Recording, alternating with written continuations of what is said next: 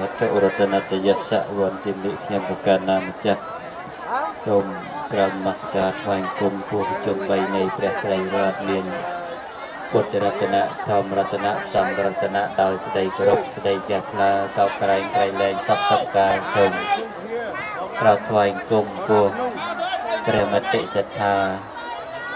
រាជាគណៈអ្នកកិត្តិយសគ្រូធម្មមានវត្តនៅគុណសុខលាភីទីគោរពសក្ការៈក្រោកថ្វាយបង្គំពុទ្ធព្រះសមុអនុគុណព្រះមន្ត្រីសង្ឃស្រុកលាភីគ្រប់ព្រះអង្គទីគោរពសក្ការៈក្រោកថ្វាយបង្គំគ្រូចតិកាព្រះថេរានថេរៈគ្រប់ព្រះអង្គជាទីគោរពសក្ការៈទាំងអស់ដែលមានវត្តមាននៅក្នុងវត្តទាំងស្នោនាក្នុងវេលាឱកាសនេះដែលត្រូវក្នុងទិដ្ឋិវេលាថ្ងៃសៅរ៍8កើតឆ្នាំខែមិញឆ្នាំថោះបញ្ញស័កពុទ្ធសករាជ2567ព្រះសករាជឆ្នាំ2024ប្រកបដោយសិរីសួស្តីក្នុងវត្តទាំងស្នោបានរៀបចំឡើងនៅពិធីបុណ្យឆ្លងនៅសាលាបាលីសិទ្ធិពុទ្ធរូបខ្លងទ្វារនិងពុទ្ធាពិសេសដែលជាគុណប្រយោជន៍ក្នុងសង្គមនៃព្រះភិក្ខុសង្ឃផងក្នុងអំពើជាបុណ្យជាកុសលផងសាលាបាលីនេះយើងឃើញមកតាំងពីបុរាណមកខ្មែរយើងកាលណាមានវត្តអារាមដែលភាគច្រើនទៅព្រះភិក្ខុសង្ឃនឹងឯងជាអ្នកសិក្សាត្រួតត្រងនៅភាសាបាលីព្រោះភាសាបាលីនេះជាភាសាមួយមិនមែនឥតអំពើមិនមែនជាភាសាឥតប្រយោជន៍ឥតបានការអីទេយើងកលេចដោយទោះថាភាសាអស់ហ្នឹងរៀនមកដើម្បីអ្វីព្រោះបរទេសគេមិនដែលប្រើភាសាបាលីក្នុងការតំណាក់តំណងចាំជីវិតសពថ្ងៃជាមួយនឹងប្រទេសជិតខាងណានោះក៏មិនឃើញប្រើនៅភាសាបាលីអីហ្នឹងទេគេប្រើតែភាសាអន្តរជាតិមានអង់គ្លេសមានចិនអីចឹងជាដើមមានបារាំងអីទៅយើងជាភិក្ខុសង្ឃបួសទៅនាំគ្នារៀនភាសាបាលីទៅអីថាធ្វើអត់ប្រយោជន៍វាមិនមែនចឹងទេយើងគិតតែរឿងប្រយោជន៍សម្រាប់លោកីយបច្ចុប្បន្នសម្រាប់ជាប្រយោជន៍ឥតខ្លឹមសារទាំងអស់ដែលយើងអាស្រ័យនៅក្នុងរូបរាងជាមនុស្សនេះវាអាស្រ័យលើចំណេះវិជ្ជាផ្សេងៗតែភាសាបាលីត្រួតត្រងវិស័យពុទ្ធសាសនាកាលណាភិក្ខុសង្ឃលោកបួសក្នុងពុទ្ធសាសនាលោកក៏បីសិក្សារៀនសូត្របាលីបានអន់ណាស់ពីដើមកាលណាធ្វើជាចៅអធិការវត្តអន់ផុតក៏បានចប់បាលីរងព្រោះត្រូវការត្រួតត្រងភាសាបាលីនេះជាសំខាន់ជាចម្បងព្រោះភាសាបាលីនឹងហើយជាឫសគល់ជាកំណើតសាសនាយើងថាភាសារបស់អន្តរជាតិអង់គ្លេសបារាំងអីប្រើប្រាស់តែមនុស្សទេតែភាសាបាលីនឹងសំបីតែអមនុស្សទេវតាទាំងឡាយក៏អាស្រ័យនៅភាសានឹងដែរយើងក៏លេចទៅមើលសម័យសង្កេយនានៅប្រទេសភូមាដែលព្រះមហាថេរៈលោកជាព្រះអនាគាមិបុគ្គលហើយពេលដែលសង្កេយនាធម៌ទេវតាចុះមកឲ្យយើងនិយាយថាចូលរូបមនុស្សហើយសន្ទនាភាសាបាលីជាមួយនឹងព្រះមហាថេរជាអភិធម្មមានសក្តីមានអត្ថរសក្រៃលែងណាតែមែនតែនទៅអញ្ចឹងភាសាបាលីនេះមិនមែនប្រើតែមនុស្សទេសម្បីទេវតាក៏ប្រើអញ្ចឹងដែរទេវតាក្នុងសម័យសង្កេយនានៅប្រទេសភូមានោះលោកមកចូលរូបមនុស្សយើងនិយាយឲ្យស្រួលស្ដាប់ទៅថាមកចូលរូបមនុស្សអញ្ចឹងទៅតែភាសានោះគឺភាសាស្ដាប់បានភាសាបាលីមែនតែនណាអាហាំងរីខ្ញុំនិយាយចឹងមែនតែនមិនប្រព្រឹត្តអីស្ដាប់បានអីទេអញ្ចឹងភាសាមែន ជាភាសាមែនហ្នឹងទៅអញ្ចឹងភាសាបាលីហ្នឹងមិនមែនត្រឹមប្រើការតែមនុស្សហ្នឹងទេប្រើការរហូតដល់ទេវលោកដល់ព្រហ្មលោកយមលោកក៏ប្រើនៅភាសាបាលីនឹងដែរភាសាបាលីដើមចេញពីភាសាមគធៈមកដែលព្រះដេមិលភិព្រះអង្គប្រកាសសម្ដែងនៅក្នុងប្រទេសឥណ្ឌានាសម័យកាលនោះមិនមែនថាមានតែភាសាមគធៈនឹងមួយទេមានច្រើនភាសាព្រោះឥណ្ឌាមានច្រើនកុលសម្ព័ន្ធមានច្រើនណាស់សម័យនោះមិនមែននគរមួយអីមានកពិលពស្តុកុសិនារាសាវត្ថីសាកេតកោសលកោសំពីក្នុងប្រទេសនោះមិនមែនប្រើភាសាតែមួយទេប្រើភាសាតាមតំបន់ភាសាតាមតំបន់តែព្រះរាមាភិព្រះអង្គជ្រើសរើសយកមគ្គធៈភាសាយកមកប្រកាសសម្ដែងនៅព្រះធម៌ជាប្រយោជន៍រួមនៃភាសាមគ្គធៈនឹងទៀតសោតក៏កំណត់យកជាភាសាគោលដែលយើងហៅថាភាសាបាលីសំណ័យចឹងទៅអញ្ចឹងភិក្ខុសង្ឃក្តីសាមណេរក្តីអ្នកបួសក្នុងសាសនានេះគឺ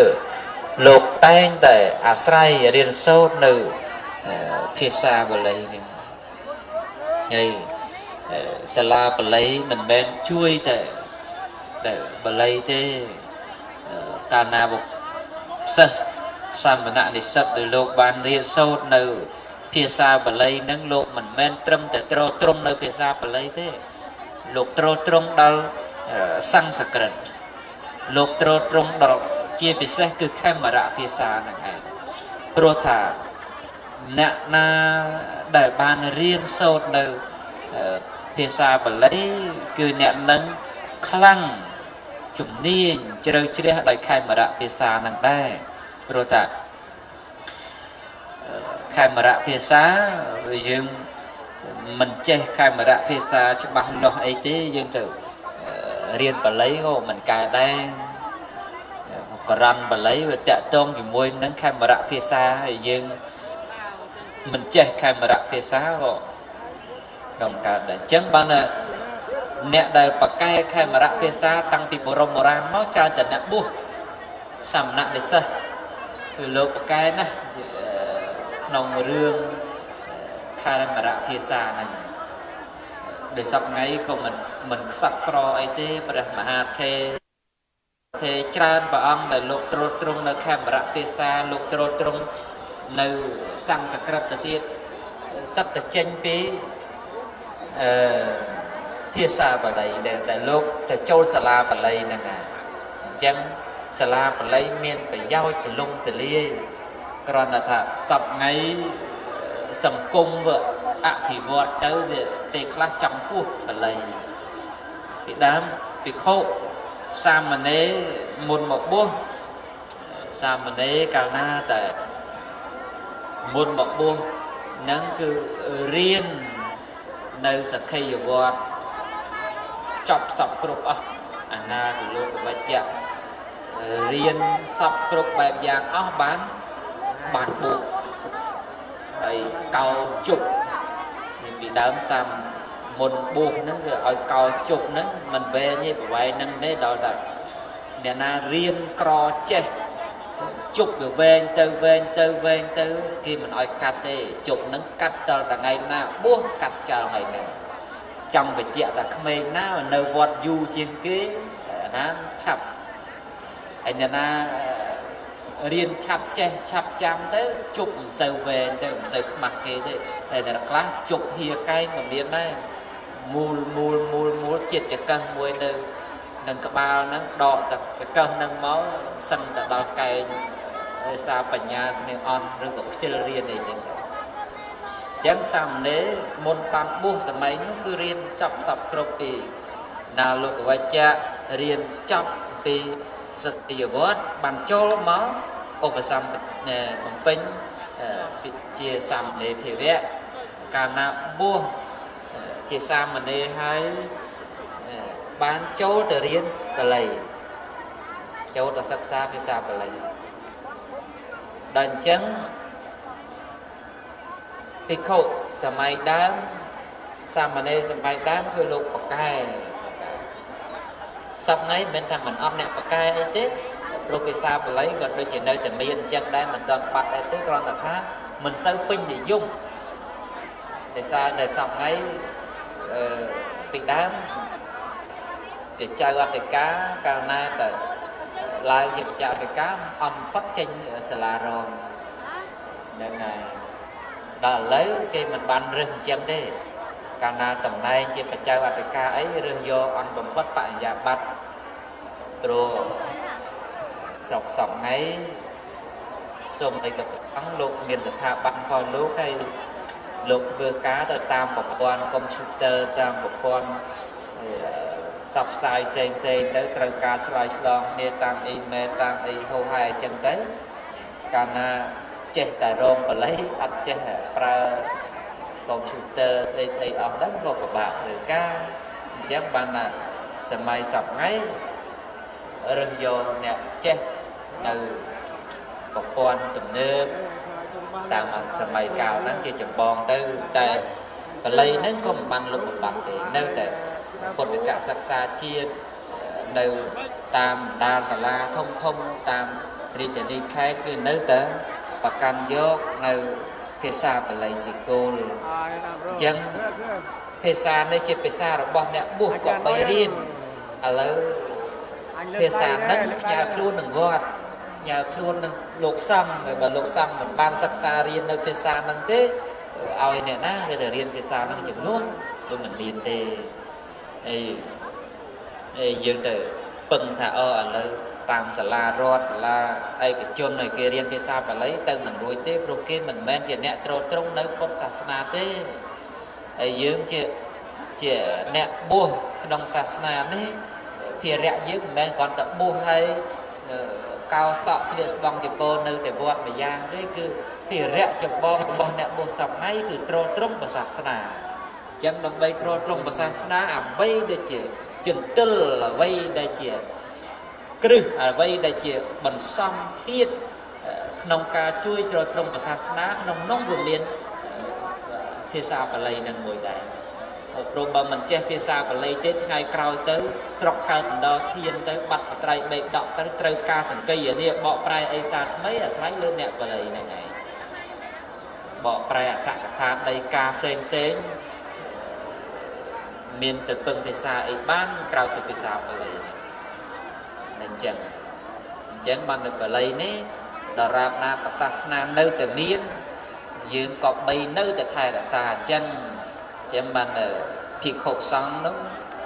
យើងគិតថាបួសស្រួលហើយអញ្ចឹងមិនធ្វើអីទេទស្សនៈខ្លះគិតថានាំគ្នារៀបតែចង្ហាន់មហូបអាហារប៉និតរបស់ប៉និតទៅប្រគិនទៅលោកកំឡោះដែលនៅក្នុងវត្តឥតមានធ្វើការងារអីនោះយើងគិតទៅថាអញ្ចឹងក៏បានដែរតែភាពពិតរបស់អ្នកបួសនោះមិនបានស្រួលទេហើយការសិក្សារបស់អ្នកបួសទៀតសោតក៏មិនមែនស្រួលអីជាងយើងប្រមាណដែរយើងសិក្សារៀនសូត្រយុវវ័យសម័យសពថ្ងៃកាលណាសិក្សារៀនសូត្រខ្លាំងពេកទៅ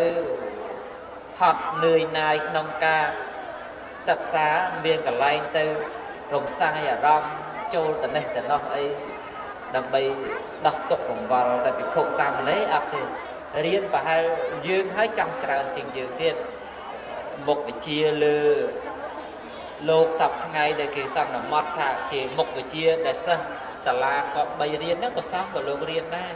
គេមានគណិតប្រសងរៀនគណិតគេមានខ្មែរប្រសងរៀនខ្មែរគេមានគីមីរូបជីវៈប្រសងរៀនទាំងអស់ដូចគ្នាហើយប្រសងថែមទាំងបល័យសំស្ក្រឹតទៅលើនឹងទៅទៀតអញ្ចឹងការសិក្សារបស់ភិក្ខុសង្ឃសាមណេរគឺមានទំនួលខុសត្រូវច្រើនអញ្ចឹងហើយយើងជាពុទ្ធបរិស័ទដែលជាអ្នកគប្បីថាត្រួតត្រងនៅសាសនាយើងគប្បីជួយទំនុកឧបត្ថម្ភប្រសង់ដែលលោករៀនសូត្រ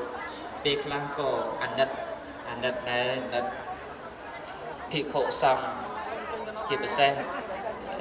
ព្រះអង្គដែលលោកទៅរៀនឆ្ងាយពីស្រុកកំណើតចូលទៅទីក្រុងអីគឺលំបាកមិនទាន់ស្រួលទេលំបាកសពគ្រប់បែបយ៉ាងព្រោះសពថ្ងៃ bongទឹកbongភ្លើងអីគេមិនមែនវេតោប្រសំចោលអីគឺបងពេញថ្លៃដូចតែគ្នាហ្នឹងចឹងហើយលោកត្រូវការចាយវាយលើផ្នែកអស់ហ្នឹងដែរយើងថាទេពីប្រតិភិក្ខុសង្ឃមិនគប់បីកាន់លុយអីទេវាមិនត្រូវវាខុសពុទ្ធបញ្ញត្តិបខុសពុទ្ធានុញ្ញាតមិនត្រូវដោយត្រៃសិក្ខាតែចៅលេណាបានសប្ងៃបើប្រសង់ធ្វើដំណើរជិះឡានគេយកលុយដែរយ៉ាងណាហើយពេលខ្លះយកប្រសង់ថ្លៃជាងសាមញ្ញជនទៅទៀតសាមញ្ញជនជិះកៅអីមុខទៅគេយកតែ 30000 នេះប្រសង់ជិះកៅអីមុខគេយក 50000 នេះដឹងគេគិតថាម៉េចទេតែលោកមិនមែនទៅសិទ្ធិឯណាមិនមែនកើតមកសិទ្ធិពីកំណើតមិនមែនកើតមកក្នុងតកូលកហបតីឯណាប្រសង់សម័យពុទ្ធកាលចេញពីព្រាហ្មណ៍មហាសាលខត្តយៈមហាសាលកហបតីមហាសាលមកបួសតែប្រសង់សប្តាហ៍មិនមែនទេចេញពីអ្នករើសខ្យងរើសក្តាមមកបួសព្រោះអីព្រោះតែមិនមានលទ្ធភាពក្នុងការរៀនសូត្រទើបបផ្ញើខ្លួនក្នុងសាសនាដើម្បីរៀនសូត្រហើយរៀនសូត្រទៅខ្លះចេះដឹងទៅក៏បន្តភ្នោះនឹងជួយជ្រោមជ្រែងសាសនាទៅខ្លះក៏អស់នៅនឿយណាយក្នុងការត្រួតត្រងធម៌អាសិក្ខាវិន័យក៏សិតទៅវិញលាចាក់សិក្ខាបទទៅវិញទៅបម្រើការងារក្នុងស្ថាប័នត្រីរាជការមកបម្រើឲ្យផលប្រយោជន៍ជាតិសាសនាព្រះមហាក្សត្រទៅវិញអញ្ចឹងមើលដោយច្រើនទៅសម័យសប្តាហ៍គឺសម្បូរដោយព្រះអង្គដែលលោកចេញពីតកូលក្សត្រក្រឲ្យមកបួសដើម្បីអាស្រ័យទង់សាសនាហើយដើម្បីបានសិក្សារៀនសូត្រអញ្ចឹងយើងគប្បីលៃយ៉ាងម៉េចជួយទំនុកបំរុងវិស័យសិក្សាវិស័យពុទ្ធកសិក្សាគ្រប់ផ្នែកគ្រប់ទម្រង់មិនថាផ្នែកព្រះវិន័យមិនថាផ្នែកព្រះអភិធម្មមិនថាផ្នែកសោតមិនថាផ្នែកព្រះបរិយ័តឬកន្តៈធរៈវិបស្សនាអីទេយើងក៏បីជួយជ្រោមជ្រែងក្នុងនាមយើងជាពុទ្ធសាសនិកជនហ្នឹងឯងព្រោះយើងមិនមែនចិញ្ចឹមអ្វីដែលខុសអត្ថប្រយោជន៍ទេកាលណាលោកត្រួតត្រងនៅការរៀនសូត្របានន័យថាលោកត្រួតត្រងនៅដួងព្រលឹងជាតិព្រោះជាតិយើងត្រូវការអ្នកចេះអ្នកដឹងហើយយើងគិតមើលប្រទេសមួយដែលបាត់បង់អ្នកចេះអ្នកដឹងអស់ទៅវាសល់អីសល់តែភាពខូខើកັບសម្លាប់គ្នាឥតស្គាល់បងស្គាល់ប្អូនទេដោយសារតែអីដោយសារតែអត់ស្គាល់អត់ចេះអត់ដឹងហ្នឹងឯងព្រោះចាក់ទៅស្ដំ4យ៉ាងរបស់អ្នករៀនសូត្រគឺរៀនដើម្បីដឹងរៀនដើម្បីចេះរៀនដើម្បីធ្វើរៀនដើម្បីអនុវត្តមាន4ប្រការហ្នឹងឯងជាចាក់ទៅស្ដំរបស់អង្គនៃអ្នកសិក្សាហើយពេលភាសិតបុរាណមួយលោកពោលថាបើស្រឡាញ់ស្រីឲ្យបួសហើយបើស្រឡាញ់នោះឲ្យសឹកពាក្យនេះស្ដាប់មើលទៅវាដូចជាបើយើងគិតមកភ្នែកទៅថាអាម៉េចបានជាស្រឡាញ់ស្រីហើយឲ្យទៅបួសវិញមកពីអត់លុយទៅដឹងគេទៅបួសទៅបានលុយទៅដឹងគេឬយ៉ាងម៉េចចឹងបួសក្នុងទីនេះមិនមែនថាបួសអីស្លៀកស្បង់សើចពោអីទេបានន័យថាបើស្រឡាញ់ស្ត្រីក៏បីធ្វើចិត្តឲ្យធ្ងន់ដោយអ្នកបួសអញ្ចឹងបុរាណភាសិតនោះព្រោះធម្មតារស់នៅជាមួយមនុស្សស្រីនិយាយច្រើនទាស់ច្រើនខឹងច្រើនរឿងច្រើនអញ្ចឹងហើយបានរឿងហ្នឹងមិនមែនថាស្ត្រីផ្ដើមរឿងទេតែប្រភពនៃរឿងគឺភាគច្រើនមនុស្សស្រីយើងមើលដូចរៀមកេអីបាយគ្នាងប់យៈមនកោអាលីលំការដោយសារស្រីមួយ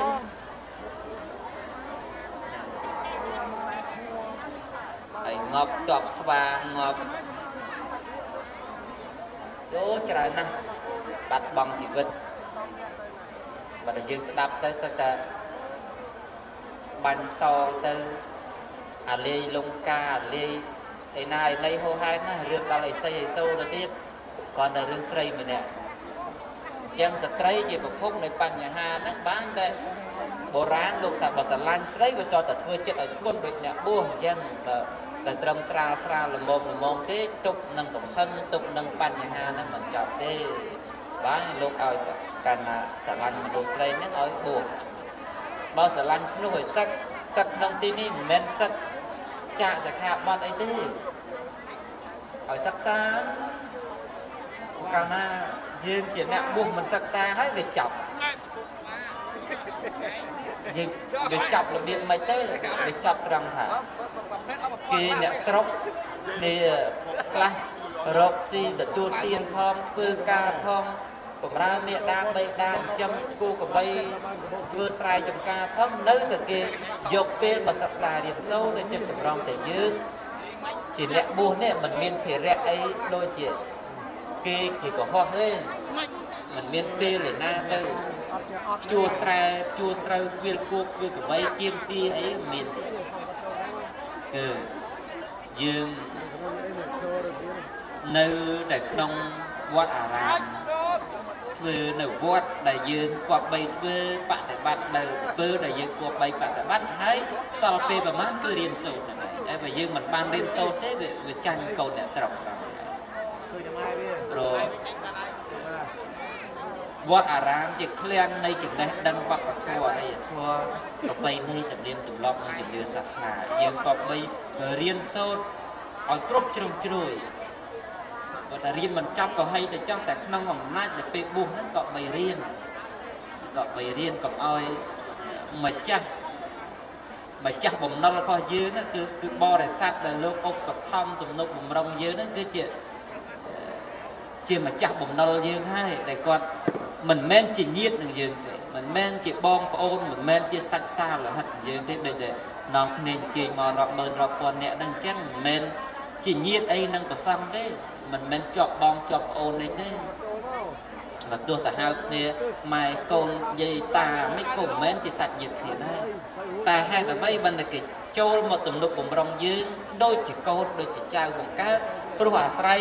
យើងជាអ្នកបួសក្នុងសាសនាហើយគ្នាជាអ្នកដែលជ្រះថ្លាក្នុងសាសនាអញ្ចឹងលៃយ៉ាងម៉េចក៏បីយើងនឹងរៀនសូត្រដើម្បីតបស្នងសងគុណម្ចាស់បំណុលដែលគេឧបត្ថម្ភទំនុកបំរុងយើងហ្នឹងហើយកាលណាជាអ្នកបួសលោកមិនចេះទេវាពិបាកយ៉ាងម៉េចកាលបួសនេះមិនមែនត្រូវចេះតែមួយខាងទេមិនមែនត្រូវតែថាអូត្រូវតែរៀនចាប់បញ្ញាបត្រអញចាប់អនុបណ្ឌិតហើយអីហើយឬក៏បណ្ឌិតហើយធ្វើគាត់បើទេ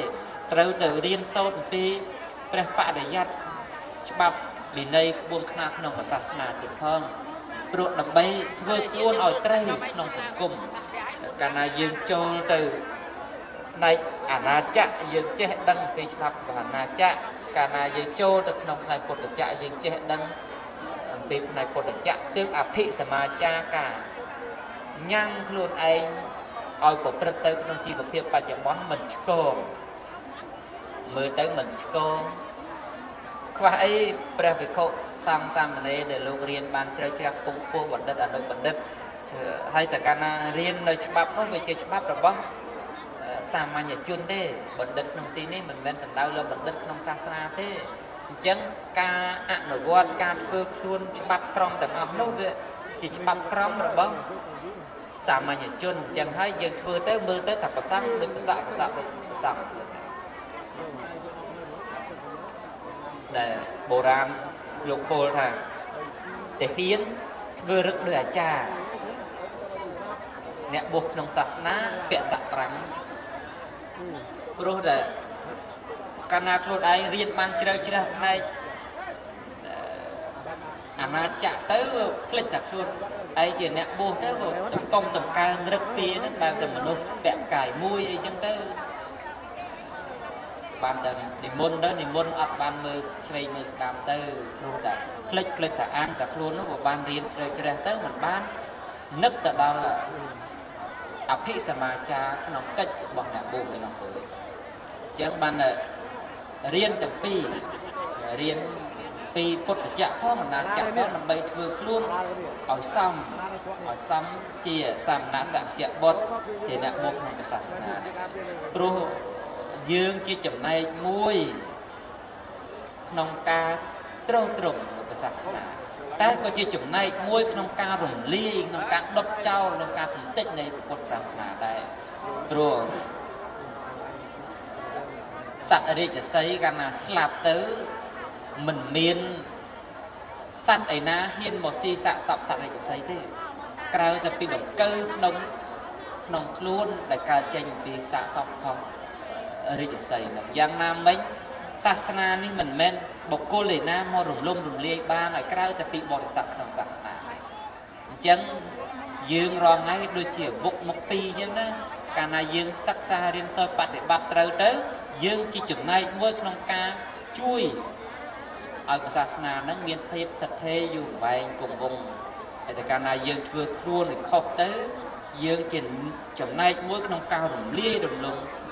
នៃពុទ្ធសាសនាហ្នឹងឯងអញ្ចឹងយើងក៏បីជួយយ៉ាងម៉េចគឺជួយសិក្សារៀនសូត្រយកចំណេះដឹងមកឲ្យទៅខ្លួនឯងវិញទេដើម្បីញ៉ាំងសទ្ធាអ្នកដែលមិនទាន់ជ្រះថ្លាក្នុងសាសនានេះឲ្យជ្រះថ្លានិងញ៉ាំងអ្នកដែលជ្រះថ្លាហើយឲ្យរឹងរឹកទៅជ្រះថ្លាអញ្ចឹងគុណប្រយោជន៍នៃសាលារៀនគុណប្រយោជន៍នៃការសិក្សារបស់ព្រះភិក្ខុសង្ឃនឹងមានអត្ថប្រយោជន៍រាប់ប្រមាណមិនបានក្រៃលែងណាស់យើងជាបរិស័ទក៏គប្បីចូលរួមចំណែកឧបត្ថម្ភកំពាជាពិសេសប្រសង់ដែលលោកសិក្សារៀនសូត្រសាមណនិសិស្សនៅតាមបណ្ដារាជធានីធំឃើញថាលោកមានជីវភាពលំបាកដោយការខ្វះនៅចំហាន់ខ្វះនៅសម្ភារៈសិក្សារៀនសូត្រយើងក៏បីលៃយ៉ាងម៉េចជួយទំនុកបំរុងព្រោះស្រុកខ្មែរយើងវាមិនទាន់តលំទលាយដោយស្រុកជិតខាងទេកាលណាប្រទេសលាវក្តីប្រទេសថៃក្តីតែភិក្ខុសង្ឃចេញបិណ្ឌបាតទៅគឺបានចង្ហាន់បានបិណ្ឌបាតនិងបានសម្ភារៈប្រើប្រាស់មកសិនគ្រប់គ្រាន់តែស្រុកយើងមិនសូវទេសប្តាហ៍តាមបណ្ដារាជធានីអីគឺដាក់បាតលោកគឺមិនបានដោតទៅលើអ្វីដែលជាគ្រឿងទ្រទ្រង់ប្រចាំថ្ងៃទេយើងថាងាយស្រួលចេះតែដាក់តែបច្ច័យអីចេញទៅហើយវត្ថុទាំងអស់នោះថ្មីត្បិតថាវាជួយសម្រាលមែនតែប្រជាជនយើងនៅមានកម្រិតបានន័យថាសទ្ធាមិនខ្លាំងក្លាមិនជ្រៅជ្រះដូចពីមុនដោយសារអីដោយសារតែឃើញការបប្រតិបត្តិខុសរបស់បុគ្គលមួយចំនួនដែលបួសក្នុងសាសនាទៅលោកបានបួសទៅលោកមិនបានសិក្សារៀនសូត្រលោកនៅឆ្កងនេះយើងចេះតែចោទថាអ្នកបួសឥឡូវយ៉ាងនេះយ៉ាងនោះអញ្ចឹងតែតាមពិត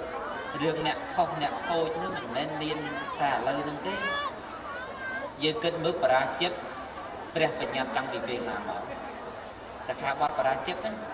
លោកកំណត់តាំងពីព្រះអង្គគង់ធរមាននៅម្លេះអញ្ចឹងបញ្ជាក់ថាអ្នកខូចមានតាំងពីសម័យនោះមកម្លេះមិនមែនតែមានឥឡូវហ្នឹងទេអញ្ចឹងយើងកុំយកបុគ្គលមួយយកមកលៀបក្នុងស្ថាប័នមួយថាឲ្យខូចនោះគឺអត់ត្រឹមត្រូវដូចយើងគិតចឹងទេព្រោះតែពាក្យថាសង្ឃនេះជាស្ថាប័នសង្ឃនេះមិនចេះខូចទេតែបុគ្គលទៅវិញទេដែលជាអ្នកប្រឡាក់ប្រឡូកដោយរឿងមិនគប្បីណានោះអញ្ចឹងយើងលៃយ៉ាងម៉េចគប្បីជួយទំនុកបំរុងស្ថាប័នសង្ឃក្នុងនាមយើងជាពុទ្ធសាសនិកជនជាពិសេសលើវិស័យពុទ្ធកសិក្សាមិនថាផ្នែកភាសាបាលីផ្នែកធម្មៈវិន័យក្តីយើងក៏បីតែជួយជ្រោមជ្រែងព្រោះបើប្រសង់មិនចេះបាលីតែឲ្យអ្នកណាចេះបាលីប្រសង់មិនចេះវិន័យតែឲ្យអ្នកណាចេះវិន័យហើយប្រសង់មិនចេះធម្មៈតែឲ្យអ្នកណាចេះធម្មៈជាប្រសង់ទៅទៀតហើយយើងពឹងលើប្រសក់ធម្មេចារទេសសាចារវិនយាចារមួយចំនួនគាត់ថ្មីបិទតែគាត់ជាកុហកមែនតែគាត់មិនទៅច្រើនឯណាដូចប្រសង់សប្ងៃក្នុងស្រុកខ្មែរធម្មេចារមានប្រមាណរូបទៅ10-20រូបប៉ុណ្ណឹងច្រើនហើយយើងជាប្រសង់មានប្រមាណ10000អង្គក្នុងប្រទេសនេះអញ្ចឹងយើងគួរបីយ៉ាងម៉េចរៀនសូត្រហើយបើប្រមាណ10000អង្គក្នុងប្រទេសជាអ្នកដែលត្រួតត្រងនៅភាសាបាលីត្រួតត្រងនៅធម្មៈត្រួតត្រងនៅព្រះវិន័យ សាសនានេះតើរិចលូតលាស់ប៉ុណ្ណាទៅហើយសង្គមនឹងបរិបូរណ៍ដោយសុជីវធម៌សិលធម៌ជាពិសេសស្គាល់អំពីវប្បធម៌ទំនៀមទម្លាប់នឹងវាប៉ុណ្ណាទៅចម្រុងចម្រើនយ៉ាងណាទៅយើងគិតមើលចេះអញ្ចឹងបានតែគប្បីប្រសង់ជាធនធានមួយដែលគប្បីសិក្សារៀនសូត្រហើយបរិស័ទគប្បីជាអ្នកទំនុកបំរុងដល់ព្រះភិក្ខុសង្ឃសាមណេរដែលលោកជាអ្នកសិក្សារៀនសូត្រនឹងមួយវិញទៀតនៅក្នុងកម្មវិធីបុណ្យនេះមានចូលរួមក្នុងកម្មវិធីសិទ្ធិពុទ្ធរូបសិទ្ធិពុទ្ធរូបនិងក្លោបទ្វាក៏ឆ្លងផងណាឆ្លងនៅក្លោបទ្វាជាបឋមគឺសិទ្ធិពុទ្ធរូបពេលទឹកទៀតនេះលោកទាំងឡាយយើងទាំងឡាយដែលកើតមកខ្វះនៅសេរីសួស្តីព្រោះតែខ្វះនៅពុទ្ធបូជាក្នុងការបុណ្យគឺពីអតីតមកបានសន្សំភាពជាអ្នកគោរពកោតក្រែងជាពិសេសចំពោះពុទ្ធបូជាគឺពុទ្ធគុណហ្នឹងឯងអញ្ចឹងពេលដែលតាមវត្តអារាមកសាងពុទ្ធរូបម្ដងយើងកុំនឿយណាយយើងកុំធុញទ្រាំអីព្រោះការកសាងនៃពុទ្ធរូបនេះជាការសន្សំបារមីមួយឲ្យយើងបរិបូរណ៍ដោយដៃជះយើងគិតមើលទៅបុគ្គលម្នាក់ដែលមានដៃជះមិនមែនសឹកតែមានបោកគ្រប់គ្នាពីកម្រិតទេហើយមិនមែនមនុស្សម្នាក់មនុស្សណាដែលមិនចង់បាននៅដៃជះទាំងអស់គ្នានឹងទៅណាមិនចង់ឲ្យគេហែហោមទៅណាមិនចង់ឲ្យគេគោរពកោតក្រែងទៅណាមិនឲ្យគេមិនចង់ឲ្យគេគោរពបូជាសឹកតែអ្នកចង់ទទួលបានពរជ័យទាំងអស់ហ្នឹងតែពរជ័យទាំងអស់ហ្នឹងមិនមែនគ្រាន់តែចង់បានហើយបានដោយបំណងនោះទេគឺអាស្រ័យលើបុណ្យដែលយើងធ្លាប់កសាងពីអតីតមកមានពុទ្ធបូជាហ្នឹងឯងការបូជាចំពោះពុទ្ធគុណដែលព្រះអង្គបរិសុទ្ធដោយការគុណទាំង3គឺវិសុទ្ធគុណករណាគុណនិងវិសុទ្ធគុណនៅព្រះអង្គបរិបូរណ៍ដោយគុណបែបហ្នឹងរាប់ប្រមាណស្មើមិនបានហ្នឹងយើងជាបរិស័ទក៏បីជាថ្លាយើងមើលព្រះរាជាឈ្មោះប្របាទចន្ទបញ្ជោតដែលព្រះអង្គគ្រាន់តែកសាងមរៀមចង្អុលពុទ្ធបដិមាបាក់បែកមួយធ្វើមានតែជះច្រើនរាប់អស់ពោធិសត្វយើងកាលព្រះអង្គយកកំណើតកើតជាពោធិសត្វព្រះអង្គសាងបារមីមួយដែលមានឧបដិឲ្យព្រះអង្គមានពលឺឆប់ពណ៌រាំងសីក្នុងពណ៌ទាំង6មានពណ៌មួយភ្លឺពីពណ៌នៃមាសគឺចេញពីព្រះអង្គអាសាច់ខ្លួនឯងធ្វើពុទ្ធរូបតែចុះយើងទាំងអស់គ្នាមិនមែនតែមានអានិសង្សអីចាស់ខ្លាបារមីអីចាស់ខ្លារហូតដល់ហ៊ានកាត់កហ៊ានបង្ហូរឈាមហ៊ានខែសាច់ខ្លួនឯងទៅធ្វើជាពុទ្ធបដិមាអីទេតែយើងមានសទ្ធាមានមាសមានស្ពាន់មានប្រាក់អីទាំងអស់ហ្នឹងទៅបញ្ចូលនៅក្នុងពុទ្ធរូបពុទ្ធបដិមាដែលគេកំពុងស្លដែលគេកំពុងសិតហ្នឹងបានជាចំណែកពុទ្ធបូជាយើងគិតទៅថាងាយណាស់ទៅហើយដែលយើងបានរួមចំណែកកសាងពុទ្ធអង្គជាចំណែករបស់យើងនោះគឺមិនងាយទេហើយការសន្សំនៅចំណែកទៅជាការសន្សំនៅដៃជះលើទាំងឡាយកាលណាបរិបូរណ៍ដោយដៃជះហើយមនុស្សទាំងឡាយមិនហ៊ានបៀតបៀនអមនុស្សទាំងឡាយក៏មិនហ៊ានបៀតបៀនដែរមិនត្រឹមតែមនុស្សនិងអមនុស្សមិនហ៊ានបៀតបៀនទេរោគទាំងឡាយមិនហ៊ានបៀតបៀនទៀតព្រោះមនុស្សនឹងបរិបូរណ៍ដោយដៃជះហើយយើងសប្ងៃបរិបូរណ៍ដោយជំងឺឈឺតម្កាត់ហើយដាច់ជះយើងមែនតែនសប្ងៃនៅវាខ្សោយមែនតែនទេណាខ្សោយមិនបាច់ថាឲ្យអ្នកក្រៅដតីឯណាកោតខ្លាចទេត្រឹមតែកូនខ្លួនឯងហ្នឹងសឹងតែមិនខ្លាចឪពុកម្ដាយខ្លួនឯងផងព្រោះអីព្រោះឪពុកម្ដាយខ្វះតែដាច់ជះហ្នឹងឯងហើយកាលណាខ្វះដាច់ជះនិយាយកូនមិនស្ដាប់និយាយនឹងប្តីប្រពន្ធខ្លួនឯងក៏មិនស្ដាប់ព្រោះតែមានចំណុចគឺខ្វះនៅការសន្សំនៅដាច់ជះពីមុនហ្នឹងអញ្ចឹងបានតែកប់3លេយ៉ាងម៉េចហ្នឹងគឺយើងធ្វើខ្លួនឲ្យមានដាច់ជះគឺការសន្សំនៅពុទ្ធបូជានេះ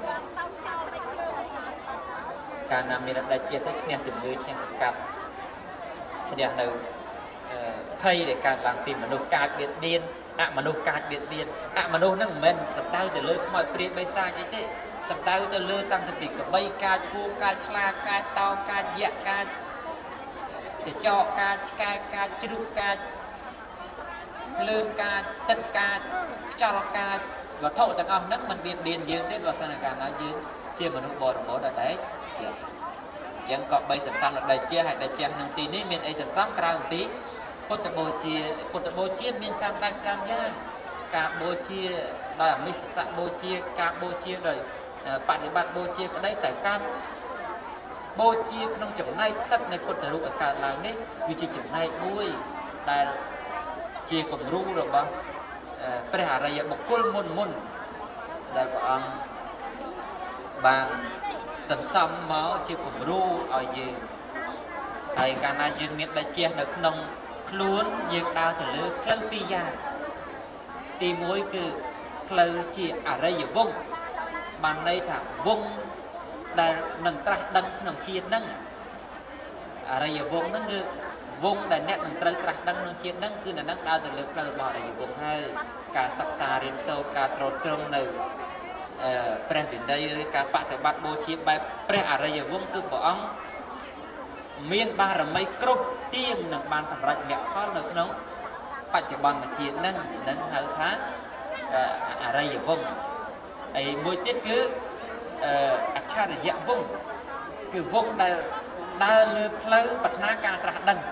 ឬក៏ប្រាថ្នាទាន់នៅព្រះដ៏មានពភៈអង្គមុនអង្គក្រោយអង្គមុខទៅទៀតដែលព្រះអង្គនឹងត្រូវបានត្រាស់